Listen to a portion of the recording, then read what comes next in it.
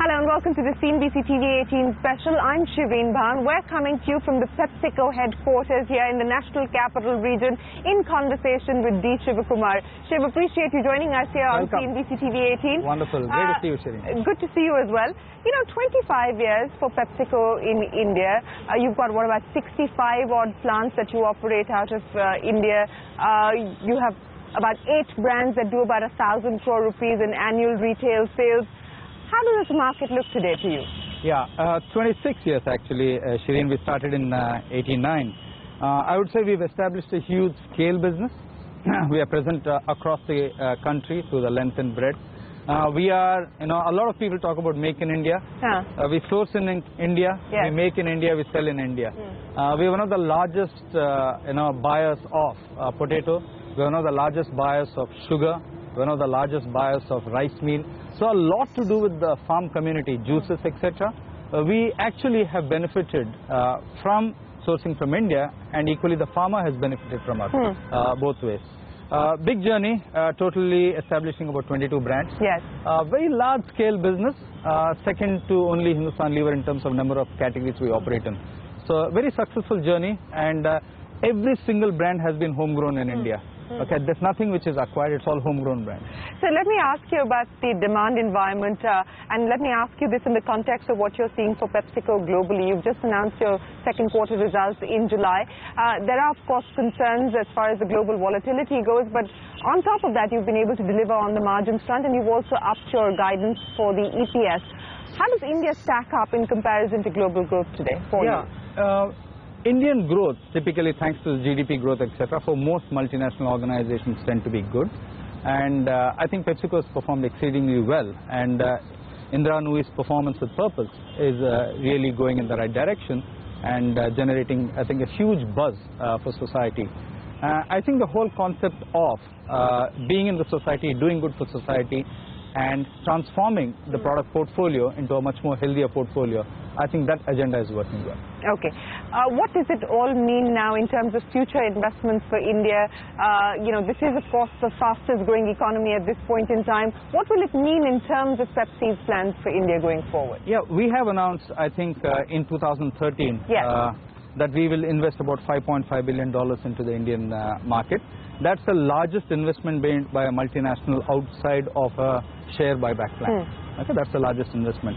We've already set up a huge facility in Sri City, which is in Andhra Pradesh with Mr. Naidu. We get enormous help there. We continue to invest in the full length of the value chain and the infrastructure. So you'll see more investment, and I think this is a market which is a huge opportunity in the consumer goods area. So speaking of opportunities and challenges, Shiv, let me ask you about how PepsiCo is addressing the millennials now, because this is a challenge that most companies are grappling with, and it doesn't just mean going social or going digital or any of that. And it's not just about external, it's also about internal. It's about how do you change your functioning within the organization as well. Let's start with that. From a consumer perspective, how are you dealing with the millennial generation, or Gen M as I'm calling them? Okay. The millennial generation, I think an expression coined by Strauss and Howe, for people born in the band 1980 to 2000, that 20-year band. Today, surprisingly, that band is the #1 band in terms of number of consumers on the population in America right now, significantly more than the baby boomers. And I think in India also, if you actually look at India and look at the global context, after the year 2000, 1 in 3 people born in the world is an Indian after the year 2000. Right. So 16 years on the trot. So we will be a very young country, for a very, very long time. Yes. But it also produces opportunities and challenges. The first thing about very young people, they're extremely self-assured, but they're also very vulnerable. With respect to brands, they trust the word of their friends far more than they trust the word of anybody else. Absolutely. So traditional advertising doesn't work as effectively as it used to. Correct. Next, they live their lives online. They also live their commerce online. They also buy online. They buy a lot, they return a lot, etc. They truly look for value. They're not seduced by the glitz of a luxury brand because they believe that brands need to earn their trust. And is it really worth it? Is the question. And what does it mean that people are connecting more with authentic brands? What does it mean then for a brand to truly be authentic? For a brand to be authentic, the word a lot of people use is brand purpose. So millennials want the brand or the company to have a purpose, which basically means, are you doing anything for society? Is there a social cause or a dimension in the way you're working behind your brands as well as your company? That's something that they really look for. Second is they look for authenticity. Does the company practice it religiously as opposed to blindly chasing profits or something else? Okay. Third, they look for consistency. Okay. Does the company deliver consistently day in and day out on that promise? So that's what they're looking for. They're looking for purpose. And in that sense, what they look for as consumers and what they look for employees is actually there's a strong overlap. Because they don't want to work in companies which have no social purpose. They don't want to work in a company which has hierarchy. They don't want to work for leaders who are not authentic. Okay. And in a fast-changing world, both as consumers as well as employees, in a VUCA world, they look at stability. And their biggest stability comes from family. Okay. They have lots and lots of stuff happening digitally, but they look for that physical memories and relationship also. So they have, I'm sure that the social networks are their best friends, but equally they need some physical best friends also. But it's also interesting because, this generation is all about individualism, and that's also sort of posing a challenge as far as marketers are concerned, because I was having a conversation with Jagdish Seth, and he said that, within a household now, you've got people making different decisions when it comes to buying and what they want to buy. So what sort of a challenges that throw up for companies like yours? I think at a consumer level, yes, while they might buy individually, I think there's a collective opinion that they all come to about a brand, about a service, etc.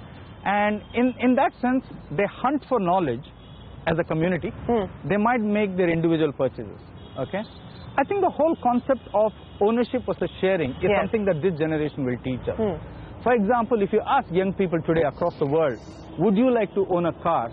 Just about under 30% say, yes, I will definitely buy a car. Okay, about 75% of the people are saying, why do I need a car? Okay, so in a future world, a lot of the services and products, they believe can be shared. And that's one way they think about sustainability very differently. Okay, that was not true of either the baby boomers or anybody else. The baby boomers wanted to own every single gadget. In the current generation, they're happy to give away the gadget to have shared ownership of the gadget. Absolutely, and which is why you're seeing the rise of Uber and Ola and Oyo rooms and so on and so forth, betting on this shared economy. But how are you gearing up now to address this new consumer? How are you, as Pepsi, addressing Generation M? Yeah, so if you look at it very simply, first is we are in the business of propagating and communicating the promise and benefit of some of our outstanding brands. Okay, so you have a brand, you have a consumer. The consumer happens to be a millennial. Classically, we've relied on advertising, which is advertising on television, advertising in print, etc. to do that. Today, most young people do not read the newspaper or watch television. Okay, which is not so good news for the old medium. Yes, for people like us, yes. So, the first thing you need to do if you want to connect with the millennial generation is go to where they go in terms of their media searches. Most of the media searches is done via apps or somebody is feeding it to them. Okay, so you have to converse with them very, very differently. So today I think we are number 1 or number 2 in terms of the percentage of money we spend on digital. Okay, in the FMCG sector in India, we spend significant amounts of money in digital. And so that is where the consumer is going, we also go there. That's number 1. Second is consumer engagement. Involving the consumer a lot more in what you're doing. Okay, I think is extremely important. So we've run a course of, let's take initiatives like crash the IPL, give us a flavor. We've done all kinds of things to involve the consumer much more. Because we find that when we involve the consumer, we get far more trust and far more authenticity fed back to us. So those are some of the initiatives that we are truly running right now to ensure that the consumer is fully involved in our product. But that's as far as consumer engagement is concerned, to try and draw in the consumer and build loyalty. But how is this changing, for instance, what you do as far as your product portfolio is concerned? Yes. So if you look at our product portfolio, one of the things about the millennial generation is they are far more health conscious than any other generation. And to them, being healthy does not mean not falling sick. To them, being healthy means truly taking good care of themselves, looking good, feeling good, and having the energy to go through the day. Because they have, I believe, aspiration and stress in equal measure. Yes. Okay, they need a lot of aspiration, but they also go through a lot of stress in the kind of lifestyle they lead. They're a generation which works hard and parties also very hard. Okay, I think in terms of tailoring the portfolio to them and building in the ingredients, building in the measures to ensure that our products are truly, our brands are truly far more healthy for them is extremely important. Next, this generation... That's been a journey that you've been on for a while now, but what, you know, obviously I would imagine that the spends are going to be higher on trying to find these alternatives or create these alternative brands. So what, you know, what can we expect over the next few years then? So if you look at it, the first thing about health which young consumers look at is portion control or dosage. Okay, we have a range of products which come under dosage control. Okay, just a bit of something as opposed to a big can or a big jar of something. You've started those mini cans here as well. That's one clear example. Okay, absolutely, that's in the right direction. Second is, a lot of the people skip breakfast in India today. Okay, their breakfast is invariably a shake or something in the car. Okay, so how do we ensure that we repurpose our brand to target it to these time-starved consumers? Okay, today 25% of Indians have breakfast on the go. Okay, now what can we do to get them familiar breakfast, but in a quick, easy to prepare manner? So that's the portfolio shift again we are seeing. We're seeing that with the success of some of our Quaker flavors that we have done, which specifically targets these people, like the tomato product that we have from Quaker. Young people tend to buy into a lot more of ready to eat and ready to cook than ever before. But you have to do it in a time dimension manner.